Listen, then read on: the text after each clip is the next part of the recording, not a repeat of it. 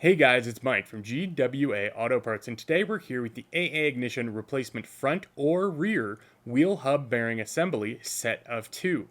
These wheel hub bearing assemblies work on a large number of GM cars and trucks, including the Buick LaCrosse, Cadillac CTS, Chevy Equinox, GMC Terrain, and many more.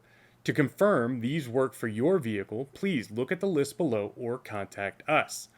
Your wheel bearings are a crucial part of the drivetrain as they allow your wheels and tires to rotate smoothly without friction. Should there be loud noises from your wheel area, loose steering, vibration, or uneven tire wear, one of your wheel bearings may be the problem.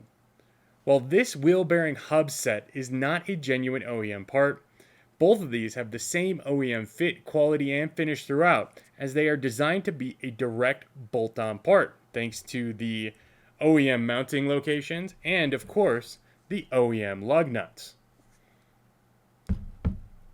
Installation of these hub bearings might be something you could do yourself, as there are no special tools required.